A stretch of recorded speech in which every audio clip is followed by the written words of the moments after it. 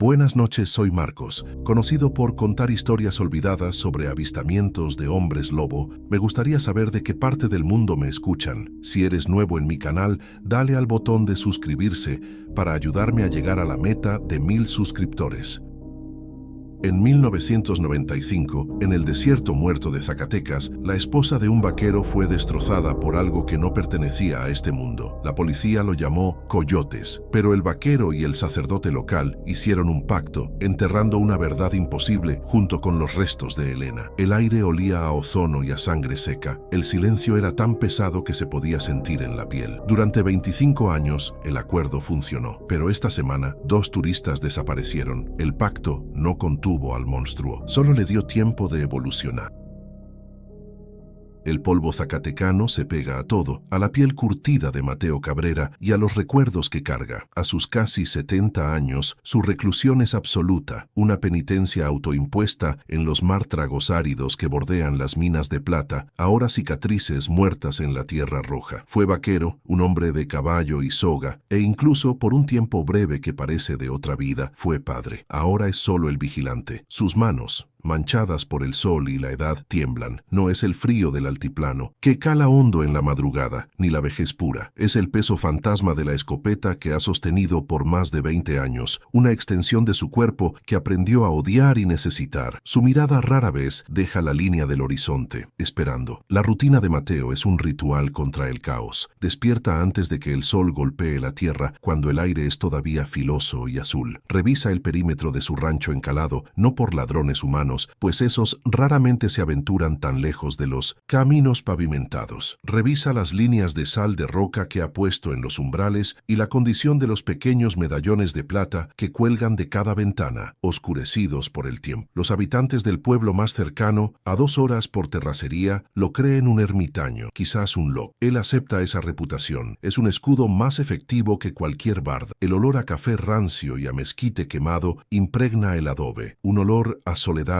terca. Este no es el Zacatecas de cantera rosa y turismo. Es el hueso del país, un semidesierto salpicado por las ruinas de las grandes minas de plata del siglo XIX, esqueletos de una riqueza que atrajo tanto a hombres como a maldiciones. Los pueblos fantasma son más comunes que los habitados. El aire, fino y seco a esta altura, carga el silencio como una manta pesada. No es un silencio pacífico, es un vacío expectante. Cada sonido se magnifica, el crujido de la grava bajo sus botas, el silbido del viento en las bocaminas, el aullido lejano de un coyote que suena demasiado cerca, demasiado gutural. La tierra está agrietada, sedienta, un espejo de la psique de los pocos que permanecen. La gente de la región, la poca que queda, es devota a su manera. Rezan a la Virgen de Guadalupe con fervor, pero también cuelgan ristras de ajo y espejos en las entradas. El catolicismo aquí se ha mezclado, inevitablemente, con las creencias más antiguas, las que susurran sobre nahuales y los gentiles, los espíritus de las minas que no descansan. Las abuelas insisten en las cruces de plata sobre las puertas, no solo como símbolo de fe cristiana, sino como un metal específico de protección. Saben que la plata, la misma que trajo la breve riqueza a esta tierra, es lo único que mantiene a raya a ciertas cosas. Mateo no reza a Dios, pero confía ciegamente en la plata. La vigilia de Mateo no es la de un viejo esperando el fin, es la de un soldado en su trinchera. Una vigilia que nunca ha terminado, porque el enemigo nunca fue derrotado, solo se replegó. Él ha mapeado los ciclos lunares durante 25 años en cuadernos que se deshacen. Conoce la luna de sangre, la luna de cosecha y la luna nueva, cuando el silencio es más tenso. Las autoridades, en su momento, culparon a los coyotes. Una jauría especialmente grande y agresiva, dijeron, o tal vez, susurrando, fueron los narcos usando las minas viejas para sus propios fines oscuros. Mateo sabe que ambas explicaciones son mentiras cómodas para proteger la frágil cordura de la civilización. Los coyotes no desmiembran con esa precisión. El nombre de Elena rara vez cruza sus labios, pero su ausencia es una presencia física en la pequeña casa de adobe. Está en el rebozo que aún cuelga detrás de la puerta, ahora desteñido y tieso por el polvo. Está en el pequeño jardín de cactáceas que él sigue cuidando, aunque no sabe por qué. Y está en el medallón de plata que lleva en el bolsillo de la camisa, siempre contra el pecho. Lo aprieta cuando el temblor de sus manos se vuelve incontrolable. El metal está deformado, abollado por una fuerza que sus años de vaquero nunca pudieron identificar. Una presión que no pertenecía a las fauces de un animal ni a la herramienta de un hombre. Él mismo le había regalado ese medallón a Elena en su aniversario, comprado en la platería de Fresnillo. Lo encontró a 10 metros de lo que quedó de ella. La cadena estaba rota, pero el dije de plata maciza estaba aplastado, como si hubiera sido masticado por un engranaje de acero. Fue esa pieza de metal la que detuvo la investigación de Mateo. La policía buscaba humanos, los otros vaqueros buscaban una bestia. Mateo entendió mientras sostenía esa plata deformada y tibia bajo el sol de 1995 que estaba buscando algo que era ambas cosas y ninguna. Algo que odiaba la plata lo suficiente como para intentar destruirla, pero que no pudo. Su duelo no fue de lágrimas, sino de pólvora y plata. No se dedicó a investigar en el sentido policial. Inició una cacería. El dolor de la pérdida se solidificó rápidamente en una obsesión fría, metódica. Mateo Cabrera, el vaquero, murió ese día con Elena. En su lugar nació un guardián reacio. No sobrevivió al horror, se ancló a él. Pasó los siguientes años no buscando justicia, sino entendiendo al depredador. Mapeó sus ciclos de hambre, sus rutas a través de los arroyos secos y las minas colapsadas. Se convirtió en el único historiador de una guerra que solo él sabía que se estaba librando en la oscuridad del altiplano. Han pasado casi 10 años desde el último incidente verificado, una década de paz tensa, comprada con el exilio de un sacerdote y el silencio de Mateo. A veces casi se permite creer que la amenaza ha muerto de vieja o que la maldición finalmente se ha roto. Casi se permite ser simplemente un viejo cansado, esperando la muerte en el desierto. Pero el silencio de ahora es diferente, es pesado, denso. Es el mismo silencio que recuerda de los días previos a la luna de sangre de 1995.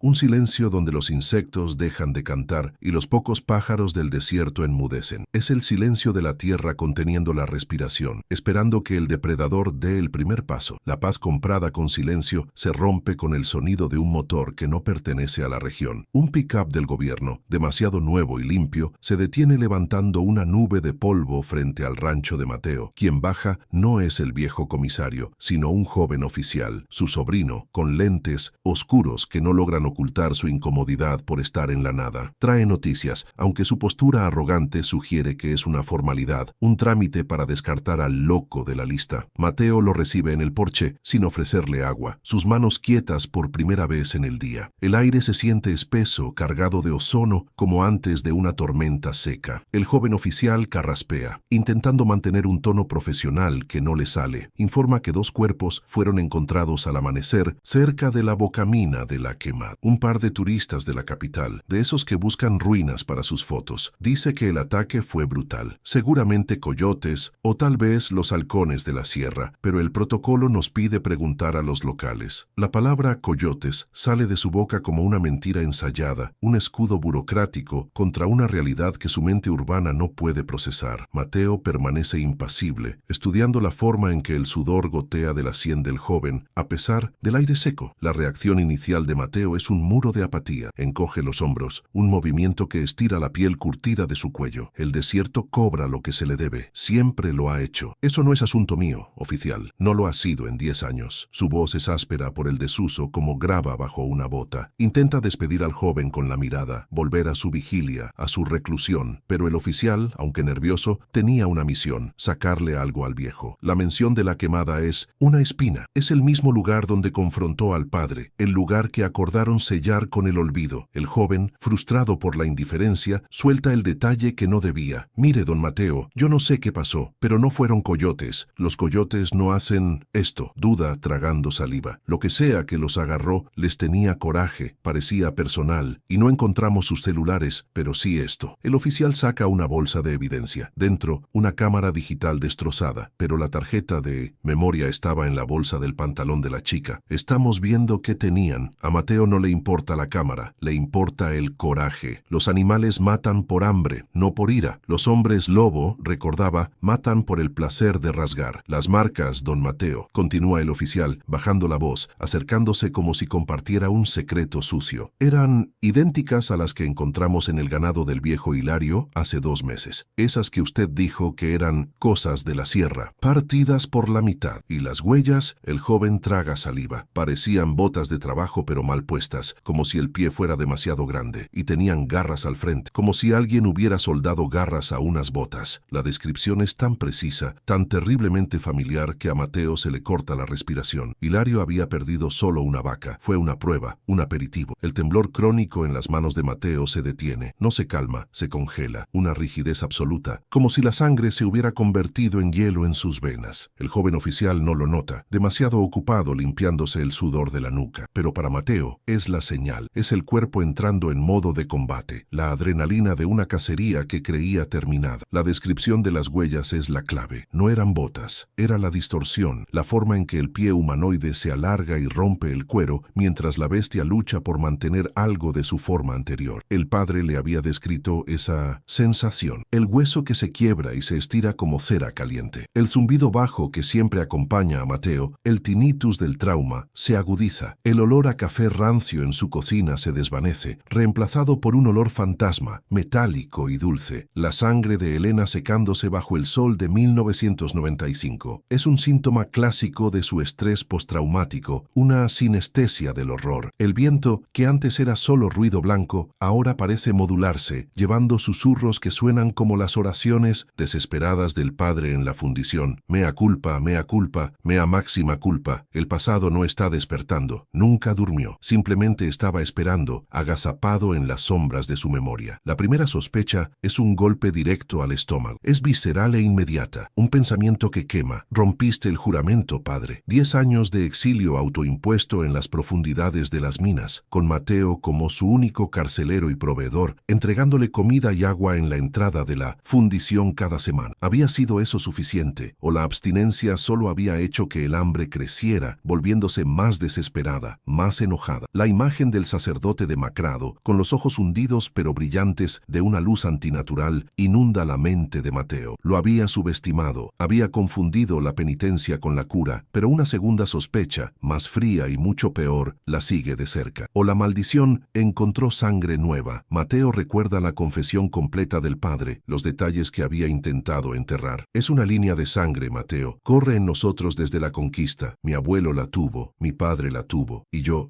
recé para ser el último. Pero el padre no era el último. Tenía familia, un hermano que se mudó a Torreón y que tuvo un hijo, un sobrino que a veces venía en verano, un muchacho que el padre siempre mantenía alejado de las minas, con un fervor casi aterrador. ¿Había regresado ese muchacho? El conflicto interno paraliza a Mateo. Mira por encima del hombro del oficial, hacia la pared de su sala. Allí, sobre la chimenea apagada, descansa la escopeta. Una Winchester de palanca, vieja pero impecable. A su lado, una caja de madera de mezquite. No contiene munición ordinaria. Contiene los cartuchos que él mismo fundió, las balas de plata que extrajo del medallón roto de Elena y de viejas monedas de la Revolución. Su deber es claro. Lo que él enterró, él debe volver a cazar. Pero el miedo es real. Ya no es el hombre de 40 años. Es un viejo de casi 70. La cañada que antes recorría en 1 hora, ahora le tomaría 3. La bestia sería más rápida. El oficial finalmente se va, insatisfecho con el silencio pétreo del viejo. Tan pronto como el sonido del motor se desvanece, el mundo de Mateo cambia. La luz del sol de la tarde, antes reconfortante, ahora proyecta sombras antinaturales. El desierto, su santuario y su prisión, se contrae. Ya no es un vasto espacio abierto, es una arena. Cada sombra de un nopal o una yuca parece esconder una silueta agazapada. El silencio que regresa no es de paz, sino de espera. Es el silencio de un depredador que sabe que ha sido descubierto y ya no le importa. La cacería ha sido declarada. Mateo no necesita ir a la quemada, no necesita ver los cuerpos ni las huellas que describió el oficial. Tiene su propia confirmación. Entra al cobertizo trasero, donde guarda las herramientas de vaquero que ya no usa. El aire huele a cuero viejo y a herrumbre. En un rincón, debajo de unas lonas polvorientas, hay un pequeño baúl de madera. No está cerrado con candado, está sellado con una cruz de plata. La quita con manos temblorosas y levanta la tapa. Dentro, envuelto en un paño de terciopelo que alguna vez vez fue morado, robado de la sacristía de la iglesia, yace un molde de yeso. Lo saca con cuidado reverencial. Es la huella que encontró en 1996, cerca de su propio ganado. Es exactamente como la describió el joven oficial, la forma de una bota humana, pero distorsionada, más larga, con los dedos fusionados y la marca inconfundible de 5 garras retráctiles en la punta, que se habían clavado profundamente en el lodo seco. La bestia caminaba erguida, caminaba como un hombre, hasta que decidía no hacerlo. Sostener el molde es como sostener una sentencia de muerte. La racionalidad, la esperanza de que hubiera sido un animal extraño o un asesino humano, todo eso se evaporó hace décadas, dejando solo esta verdad pesada y fría. La culpa lo golpea como un dolor físico. Aprieta el medallón de Elena en su bolsillo. Su silencio no fue un acto de misericordia hacia el padre, no fue un complejo acuerdo teológico para contener un mal necesario. Fue cobardía, fue el alivio de un hombre que había encontrado al asesino de su esposa, y no tuvo que matarlo. Había comprado su propia paz, una década de mañanas tranquilas, a costa de estas nuevas víctimas. Su acuerdo con el sacerdote no protegió a nadie, solo pospuso la carnicería. Creyó que estaba siendo un carcelero, pero solo estaba engordando al monstruo en la oscuridad. La bestia está cazando abiertamente otra vez, no se esconde. El ataque al ganado de Hilario fue un calentamiento. El ataque a los turistas fue una declaración. La criatura se siente confiada, arrogante. Quizás el padre cree que Mateo está demasiado viejo para intervenir, o quizás, y esta idea hiela la sangre de Mateo, ya no es el padre. Es algo nuevo, algo que no conoce el acuerdo, que no conoce el miedo a la plata, que no conoce a Mateo Cabrera, algo que solo conoce el hambre y el poder. Mateo vuelve a entrar a la casa. El sol se está poniendo, tiñendo el desierto de un rojo violento, el color de la sangre vieja. Ignora el teléfono. Sabe que el comisario lo llamará eventualmente. No contesta. Camina hacia la chimenea, toma la escopeta y la caja de municiones. Se sienta a la mesa de la cocina. Con una precisión que sus manos temblorosas no deberían poseer, comienza a revisar cada cartucho de plata. No se está preparando para una nueva cacería. Está terminando la que empezó hace 25 años. El monstruo había vuelto a su territorio, sin saber que este territorio, y todo el polvo en él, pertenecía a Mateo. El funeral de Elena en 1995 fue una farsa silenciosa. Mateo permaneció de pie junto a la fosa abierta, sin derramar una lágrima, mientras el comisario le daba palmadas en la espalda hablando de una jauría de coyotes hambrientos. La palabra coyotes se sintió como un insulto físico, una bofetada a la memoria de la mujer que amaba. En el bolsillo de su pantalón de trabajo, el medallón de plata deformado era un peso frío, una verdad de metal que contradecía las mentiras piadosas. El padre Damián, el sacerdote del pueblo, dio un sermón elocuente sobre la tragedia y la voluntad de Dios. Mateo no escuchó las palabras, observó las manos del cura, firmes mientras sostenían la cruz, sin saber que esa imagen se quemaría en su memoria. La primera cacería fue pura rabia. Cargó la Winchester con balas de plomo, las que usaba para el venado, y se adentró en el desierto. Era un hombre ahogado en dolor, buscando cualquier cosa viva a la que culpar. Caminó hasta que sus botas se llenaron de sangre por las ampollas. No encontró nada, solo el eco de sus propios pasos en las cañadas secas y la sensación opresiva, innegable de que algo lo observaba desde las sombras de las bocaminas. Se dio cuenta mientras el sol se ponía que el odio no era suficiente. No se podía matar a un fantasma con plomo. Necesitaba método, no furia. Dejó de ser un vaquero y se convirtió en algo más. Empezaron los cuadernos. Forró un libro de contabilidad con cuero y comenzó a trazar los ciclos de la luna, no como un astrónomo, sino como un estratega. Anotaba la dirección del viento, el ganado desaparecido en ranchos vecinos, los rumores en el mercado de Fresnillo. Se convirtió en un detective de lo imposible, mapeando el territorio de una bestia que la lógica decía que no existía, pero que la plata deformada en su bolsillo probaba que sí. Su rancho se convirtió en un puesto de avanzada, un observatorio dedicado a una sola estrella oscura, el hambre del depredador. La paranoia se instaló como el polvo fino de Zacatecas, cubriéndolo todo. El pueblo dejó de ser un hogar y se convirtió en un escenario de sospechosos. Mateo se volvió un paria voluntario, observando a sus vecinos con una intensidad que los incomodaba. Se sentaba en la plaza, bajo la sombra de los fresnos, no para descansar, sino para estudiar. ¿Quién cojeaba levemente después de la luna llena? ¿Quién evitaba su mirada? ¿Quién compraba demasiada carne en la miscelánea de don Hilario? Cada hombre del pueblo en algún momento fue el asesino en la mente de Mateo. Empezó a probarlos, sutilmente. Llevaba consigo una vieja pitillera de plata de su abuelo, aunque rara vez fumaba. La ofrecía en el mercado, en la cantina. Un cigarro hierro, compadre. Observaba sus manos. ¿Dudaban en tocar el metal pulido? ¿Alguno mostraba una aversión, un tic nervioso? La plata, aprendió, quema a los malditos, pero era un método imperfecto. La mayoría solo veía a un hombre en duelo perdiendo la razón. Sin embargo, observó que el padre Damián, cuando bendecía, nunca tocaba los rosarios de plata que le ofrecían las ancianas, solo tocaba las cuentas de madera. Semanas después del funeral, encontró la segunda huella. La primera estaba demasiado contaminada por el horror, pero esta, cerca de un arroyo seco donde había desaparecido una cabra, era perfecta. El lodo se había secado, preservándola como una reliquia maldita. La forma de una bota humana, pero más larga, los dedos fusionados en una masa y al frente 5 marcas de garras profundas. Fue el momento en que la racionalidad se quebró por completo. No era un oso, no era un lobo, no era un hombre con zapatos extraños. Caminaba erguido y era de allí, era local. Fue entonces cuando preparó el yeso. Las leyendas que su abuela le contaba ya no eran cuentos para asustar niños, eran reportes de campo. Los nahuales, los cambiapeles, los espíritus de las minas que exigían sangre a cambio de la plata que se robaba. Su mente de vaquero, un hombre de lógica terrenal, se rebeló. Quería que fuera un asesino en serie, un loco, algo que pudiera entender y matar con plomo. Pero las huellas no mentían, y el medallón de Elena tampoco. La superstición se estaba volviendo la única realidad tangible. El desierto había parido algo que no respondía a las leyes de los hombres ni de Dios. El olor. Eso fue lo que lo guió más que las huellas. Cerca de los restos de la cabra, el aire estaba viciado. No era el olor limpio de la carroña, el olor honesto de los sopilotes y la descomposición. Era un olor eléctrico, cobrizo, como el de una tormenta seca mezclado con el hedor de un matadero. Un olor a ozono y sangre derramada. Era el olor de la bestia, un hedor a poder antinatural que se adhería al aire y hacía que el vello de la nuca se erizara. Se dio cuenta de que lo había olido en el cuerpo de Elena, pero su dolor lo había bloqueado. Empezó a notar al padre Damián de otra manera. El hombre era el centro de la comunidad, el pilar de la moralidad, pero su consuelo se sentía hueco. Sus sermones sobre el diablo que acecha en el desierto, demasiado fervientes. Mateo observó cómo el sacerdote, después de la misa, se retiraba a la sacristía, no para rezar, sino para consumir copiosas cantidades de comida que la cocinera le preparaba, como si estuviera reponiendo una energía inmensa. Lo observó caminar por el atrio de la iglesia por las noches, no con la paz de un hombre de Dios, sino con la inquietud de un animal enjaulado. La tensión se acumulaba con el ciclo lunar. Mateo se volvía más delgado, sus ojos se hundían, no dormía, solo vigilaba. Se dio cuenta de que los ataques, grandes o pequeños, coincidían con las noches de luna llena. Se dio cuenta de que en esas noches el padre Damián siempre organizaba vigilias de oración que duraban hasta el amanecer, encerrando a los fieles más devotos en 1900. La iglesia, mientras él supuestamente rezaba solo en el confesionario, se estaba protegiendo a sí mismo o estaba protegiendo al rebaño de sí mismo. 3 meses después de la muerte de Elena, bajo una luna de sangre que teñía las nubes de rojo, ocurrió otro ataque. Un viajante cuyo coche se descompuso en la carretera vieja. Esta vez, Mateo estaba preparado. No esperó a la policía. Siguió las marcas de arrastre en la tierra. No se dirigían al desierto abierto, no a las colinas. Se dirigían directamente a las ruinas del distrito minero, hacia la vieja fundición de plata, un lugar que todos evitaban por el azufre y las leyendas de fantasmas. El olor cobrizo era tan fuerte que le provocaba náuseas. La fundición era una catedral de herrumbre y sombras. El techo colapsado dejaba entrar la luz roja de la luna. El olor a azufre de los viejos procesos de refinado se mezclaba con el hedor de la bestia, creando una atmósfera infernal. Las huellas eran claras en el polvo del suelo. Mateo no buscó a la criatura, buscó un punto estratégico. Subió a una viga de hierro con la escopeta cargada con su primera bala de plata fundida, la que había hecho del medallón de Elena, y esperó. El silencio era total, salvo por el sonido de algo húmedo, algo grande, respirando en los túneles inferiores. La espera fue de horas. El frío del metal se filtraba por su ropa. Su mente estaba en blanco, más allá del miedo, más allá del dolor. Solo era un gatillo esperando ser apretado. Entonces, el sonido cambió. No fue un rugido, sino un tosido húmedo y profundo, seguido de un quejido que sonó casi humano. Una silueta emergió de los túneles. Era inmensa, una distorsión de la forma humana. Caminaba en dos patas, pero sus proporciones estaban equivocadas. Brazos demasiado largos, un cuello grueso y una cabeza que parecía más de lobo que de hombre. Era astuta. Olfateó el aire. Sabía que algo estaba mal. Se movió hacia la salida, pero Mateo había hecho su trabajo. Había rociado un círculo de polvo de plata molida, extraído de viejas monedas de la Revolución, en la única salida. La criatura vio el polvo y siseó, un sonido como de vapor escapando de una tubería rota. Retrocedió, buscando otra ruta, dándole a Mateo una vista clara de su hombro. El hombre no dudó. El disparo de la Winchester sonó como un cañón en el espacio confinado. El olor a pólvora se mezcló con el olor a carne quemada. La bala de plata golpeó el hombro izquierdo. El rugido que emitió la criatura no fue de lobo ni de hombre. Fue una mezcla horrible de ambos. Un chillido de agonía sobrenatural que hizo vibrar el metal de la fundición. La bestia se estrelló contra una pila de maquinaria oxidada, retorciéndose. Mateo recargó, el casquillo caliente cayendo en el silencio. Bajó de la viga con la escopeta apuntando, listo para dar el tiro de gracia en la cabeza distorsionada. Se acercó lentamente, sus botas crujiendo en el suelo polvoriento. La criatura se retorcía, pero no de la forma que él esperaba. No estaba muriendo, estaba cambiando. La luz de la luna, ahora menguante hacia el amanecer, iluminaba la escena. Los huesos crujían y se reacomodaban con sonidos húmedos. El pelaje áspero se retraía hacia la piel. Las garras se acortaban. La forma masiva se estaba encogiendo, colapsando sobre sí misma. Mateo observó, paralizado por un horror que superaba todo lo que había sentido antes. El monstruo se estaba convirtiendo en un hombre. Cuando el proceso terminó, el silencio fue absoluto. Allí, en el suelo, temblando de dolor y frío, desnudo y cubierto de una mezcla de sangre y polvo de azufre, yacía un hombre. No era un extraño, no era un demonio sin rostro. Era el padre Damián. Estaba acurrucado en posición fetal, llorando, sosteniendo su hombro sangrante, donde la plata había dejado una quemadura negra y humeante. Sus ojos, ya no amarillos, se encontraron con los de Mateo. Estaban llenos de una vergüenza humana, insondable, y de un terror absoluto. El horror de la revelación fue peor que la cacería. El hombre que había consolado a Mateo en el funeral de Elena era el mismo que la había desmembrado. El que predicaba sobre el diablo era el diablo. Mateo levantó la escopeta, apuntando a la frente del sacerdote. El padre Damián no suplicó por su vida, solo cerró los ojos y susurró: «Mátame, por favor, termina con esta maldición». Pero Mateo no disparó. Bajar el arma fue el acto más difícil de su vida. Matar al monstruo era fácil. Pero ¿qué hacía con el hombre? ¿Qué hacía con el sacerdote que había sido su amigo? La culpa es un combustible más potente que la rabia. Mateo Cabrera no se permite dudar. El acuerdo se había roto, y la sangre derramada en la quemada era una deuda que su silencio había generado. No se trataba de decidir si volvería.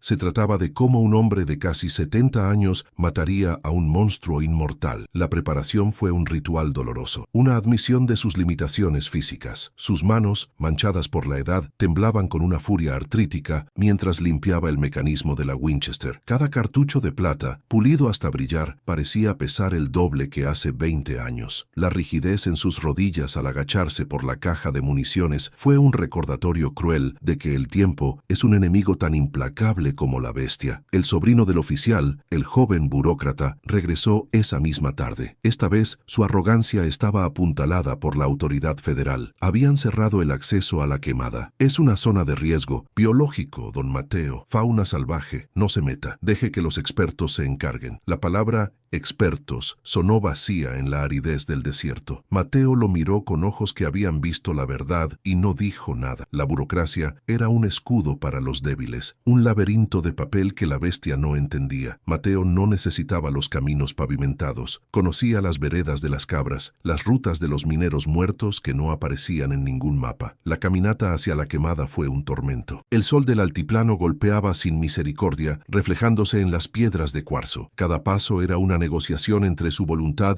y el dolor de sus articulaciones. El desierto, que había sido su hogar y su prisión, ahora se sentía como un adversario activo, burlándose de su vejez. golpes. La escopeta se sentía cada vez más pesada, no por su peso físico, sino por el peso de la misión. Recordaba haber corrido por esas mismas cañadas en 1996, ágil como un venado. Ahora, cada inhalación de aire fino y polvoriento quemaba sus pulmones. La duda lo asaltó. ¿Moriría de agotamiento antes de que la bestia pudiera encontrarlo? Llegó al sitio al atardecer, cuando las sombras comenzaron a estirarse como dedos fríos sobre la tierra roja. La cinta policial amarilla colgaba flácida, patética. La policía se había ido, llevándose su lógica urbana con ellos, pero el olor permanecía, el hedor a ozono, a cobre y a matadero. Era más fuerte que nunca, un desafío. Mateo escudriñó el área, no con los ojos, sino con la experiencia. La policía buscaba huellas de botas, él buscaba la disrupción. Cerca de un nopal crecido, enganchado en las espinas más bajas, encontró lo que temía, un fragmento de tela negra y gruesa, hilo de casimir, tela de sotana. La confirmación fue un golpe sordo en el pecho. El padre había roto el pacto. La traición lo confundió. ¿Por qué ahora, después de una década de penitencia exitosa, se había vuelto la abstinencia una tortura tal que la locura del hambre finalmente ganó? Mateo siempre había temido la fuerza de la bestia, pero había confiado en la debilidad del hombre, en su culpa católica. Mientras contemplaba la tela negra, un miedo diferente se instaló. ¿O no fue el padre quien la rompió? ¿Qué pasaba si algo más, algo nuevo, había encontrado al sacerdote en su exilio y lo había liberado, o peor, lo había reemplazado? El sol tocaba el horizonte, pintando el cielo de un rojo violento, la peor hora, la hora del cambio. Fue entonces cuando escuchó un sonido, no el llanto agudo de un coyote, fue un aullido bajo, gutural, que parecía venir de las entrañas de la tierra, desde las bocaminas de la quemada, un sonido de agonía profunda y un hambre aún más profunda, y luego un segundo sonido, el chasquido de una rama seca rompiéndose detrás de él. Mateo giró, levantando la Winchester con una velocidad que desmentía su edad, apuntando a la sombra. No era la bestia, era una mujer joven, vestida con ropa de senderismo, pálida de terror, sosteniendo un teléfono celular como si fuera un arma. Lo estaba grabando. La tensión se rompió con un grito ahogado de la joven. «¡No dispare, por favor!». No era de la zona. Su acento era de la capital. Mateo bajó el arma, pero su mirada era dura. «¿Qué chingados haces aquí, mija? ¿No viste la cinta?». La joven se enderezó intentando recuperar la compostura. «Soy periodista. Ana, mi hermano». Él era uno de los turistas. La revelación colgó en el aire viciado. Ella no creía en la versión oficial. Había venido a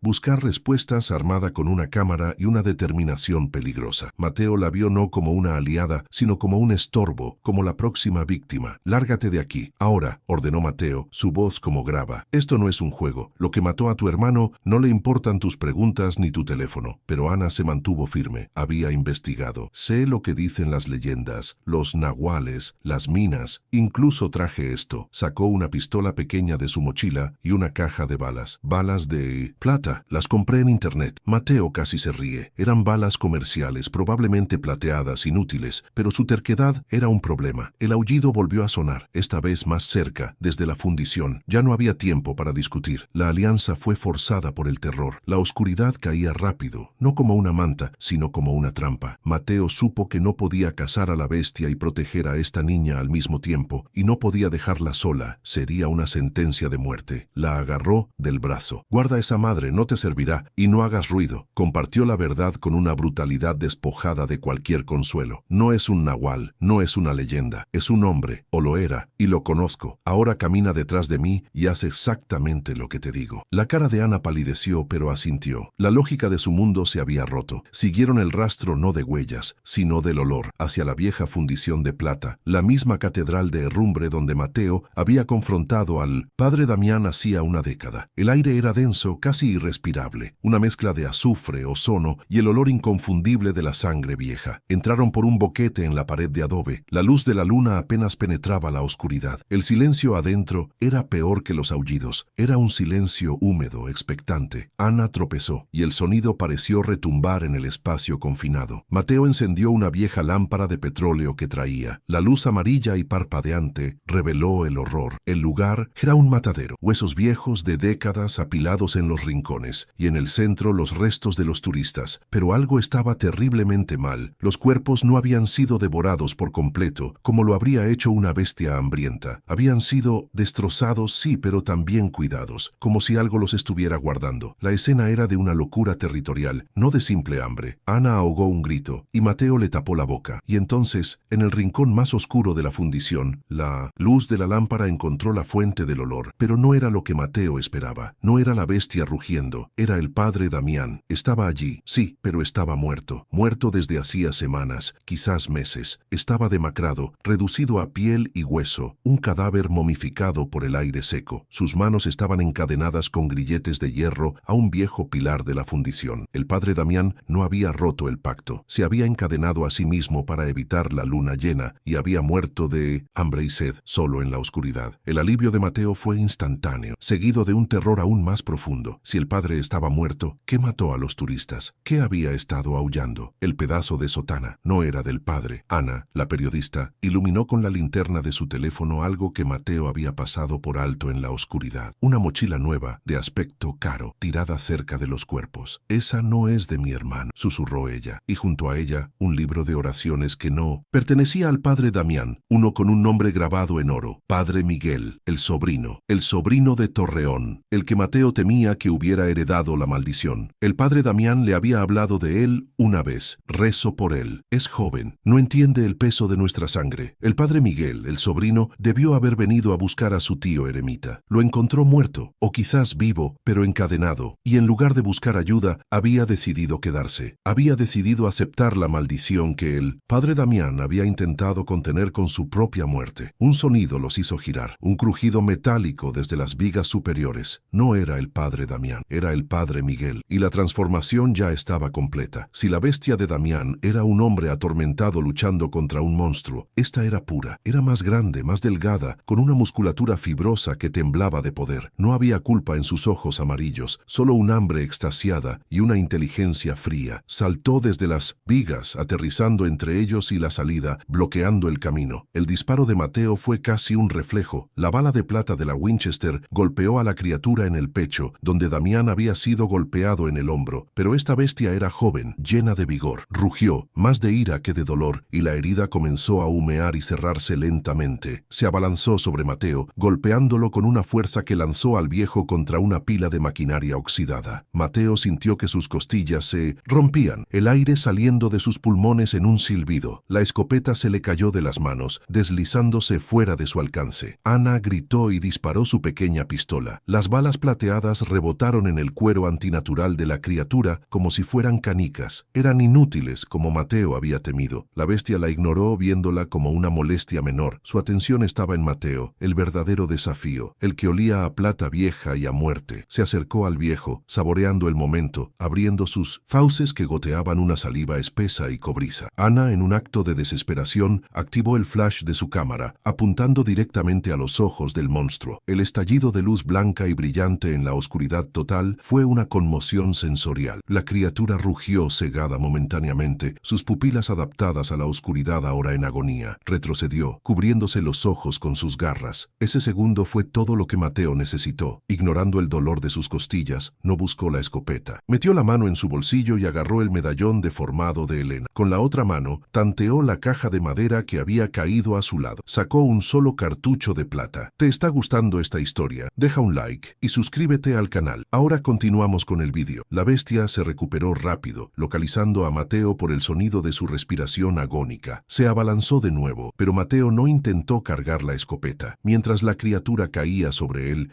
usó sus últimas fuerzas para levantar el medallón. El borde afilado y deformado de la plata, el que había sido mordido por Damián, actuó como un cuchillo. Lo clavó con desesperación en el ojo izquierdo de la bestia. El rugido fue ensordecedor. La criatura se retorció, y en ese segundo de agonía, Mateo agarró la Winchester caída. No había tiempo para apuntar. Con la bestia sobre él, con sus garras rasgando su chaqueta, Mateo colocó la boca de la escopeta contra el vientre de la criatura y apretó el gatillo. El disparo fue ensordecedor. El olor a pólvora y a carne quemada llenó la fundición. La criatura fue lanzada hacia atrás por la fuerza. Un agujero humeante en su torso. Cayó pesadamente y permaneció inmóvil. Mateo tosió, escupiendo sangre. El medallón de Elena aún apretado en su puño tembloroso. Pero no había terminado. La criatura gimió. A pesar del disparo a quemarropa, seguía viva. La maldición era fuerte en la sangre nueva. Comenzó a arrastrarse, dejando un rastro de sangre negra, no hacia ellos, sino hacia la oscuridad de los túneles más profundos de la mina, hacia la oscuridad donde el padre Damián había muerto. Mateo intentó recargar, pero sus manos no respondían. Ana lo agarró. ¡Vámonos! ¡Se está moviendo! Mateo asintió, derrotado. Agarró su escopeta y dejó que la joven periodista lo ayudara a ponerse de pie. Huyeron de la fundición, cojeando, mientras los aullidos de dolor y rabia del padre Miguel herido comenzaban a subir desde las entrañas de la tierra. No fue una victoria, fue una retirada. La retirada fue una agonía humillante. Ana, la periodista, sirvió de muleta humana, aguantando el peso de Mateo